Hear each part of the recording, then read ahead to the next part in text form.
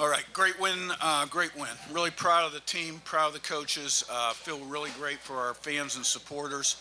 The number one largest alumni base in America with over 800,000, and it's a great road win. Is Curt shared a moment with a couple more outside when we walk off the field. I know this means a lot to everybody in that locker room, but the JMU players that followed you here, you've had this journey with them. He was one of your first commits. What's this like to have Yeah. this moment? Well, you got like guys like Kamara and Fisher and others that were at JMU, and a lot of the staff that's been together all along, Elon, and they can relate to this game because, like, you talk about great wins on the road, and I've had three or four of them at my prior places. I'm talking like of this magnitude at a relative level. I mean, you go play App State, first year in the Sun Belt, they've just beat A&M, and early in the year, and you're down 28-3 in the second quarter, and you talk about being resilient and having an indomitable will that can't be subdued or defeated. Same thing at Elon, second year.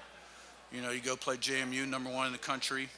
They've outscored the first three opponents 180-6. You ask the same thing of your guys. You overcome big time adversity in the first half at the end of the game and win with 30 seconds to go. This one, really proud of the guys. We hung in there. We couldn't stay on sides for a while, and then for a while we had a bunch of guys laying on the ground. And I was like, what's going on here? And then they'd return a play or two later. I thought they were starting to get some good run chunks, and we weren't getting rhythm on offense. And I thought Frankie's field goal was really big, just like last week against Iowa. That end of the half score gave us momentum going in the locker room, and our defense was tremendous in the second half. Our kicking game was really good all day. And the offense made the plays when they had to. Mendoza extended plays, made plays with his legs. And the play to Surratt obviously was huge, huge. That's a one-on-one ball, third and long, inside the 10. Those are hard to convert. And just really proud of everybody. Rabbit and Sammy. Yeah, big picture. Indiana, last year you said Indiana plays they never did. This is another first ever. But it's a big one. I mean, this puts you guys in a position to host a playoff game, a lot of other things. Just how significant is this for taking the program to like the top level? Well, it depends on what we do with it from here. It's a great win against the number 2 ranked team in the country on the road who had an 18-game home winning streak, right? And it puts us in position, if we can continue to be successful, which means we have to show up to work on Monday as a team, humble and hungry, ready to go against Michigan State, right? The challenges that this team's going to have this week. So, but it's a great win. Sammy then Jim. Coach, the fourth quarter, you outgained them 104 yards before the last drive to -8. What was the difference in that? You held them off almost over 30 minutes. I thought our defense really took it to them in the second half.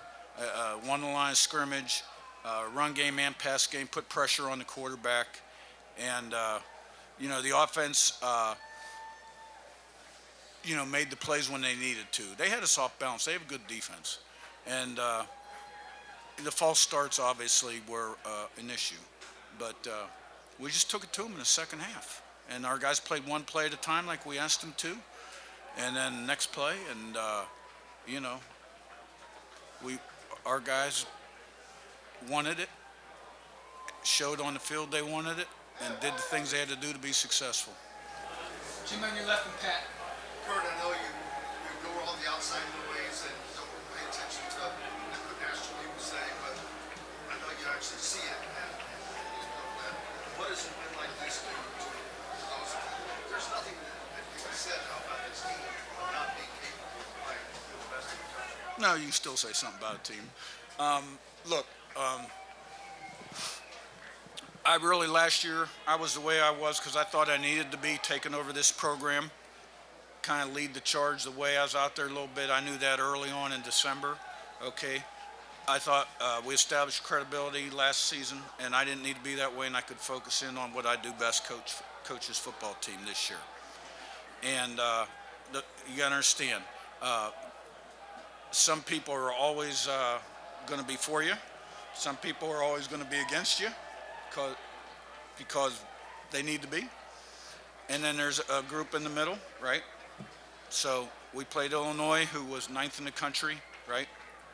And we played Oregon, who was 2nd in the country. We won at Iowa, which is a really hard place to play, which a lot of people would have called a trap game. So now the key is how we respond to Michigan State. Pat, Mike. You guys were confident going into Illinois. What was the confidence level here, and what areas did you think you could exploit? I really felt like our team was in a good place. The most important thing to me was our mindset going into this game. That we believed, expected, prepared to make it happen, and could handle the ups and downs of the game without flinching, showing frustration and anxiety. And that was the only thing you don't know until you play the game. And we passed that test. And I think every game you try to put the best game plan together. Our defense really got after them, I think, in that second half. And many times in the first half, too. And offense made enough plays. So I had a lot of respect for this team that we beat. I have a lot of respect for Dan Lanning. And it's a great win for our program. Mike and then Zach. Second game in a row, Fernando's thrown a fourth quarter interception and immediately responded with a fourth quarter game-winning touchdown. What does that say about him? That's resiliency right there. That's like being the rubber ball, right?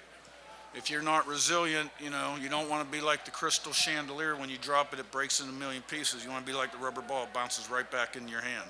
And that's what he did after he threw the interception on 3rd and 2, right? Now, the receiver could have flattened that thing a little better, right? And the guy undercut it. But he came right back and made the plays and wasn't affected by, the previous play. In this game, if you want to play the best you can be, you got to always play like this, never too high, never too low. Not affected by success, not affected by failure during the course of the game. Zach in front, we'll wrap with Ralph. Coach, the noise we can hear outside, what does that mean to you to get this win? I'm really happy for our fans and our supporters. We have great supporters. And, I'm looking forward to, once I'm done with all my media stuff, enjoying it a little bit. Ralph in the back, last one. Curt, last year, similar situations, much more disappointing performances on the road against really good teams. Is this team just better than last year? What's the difference? I really just don't want to compare teams. I don't want to go down that road. Ohio State won national championship. Notre Dame was 2nd in the country. So there's a lot of football left to be played. A lot. So how are we going to respond from this game? How's Oregon going to respond from this game, right? Thanks, guys. Let's wrap players Thanks. out in here.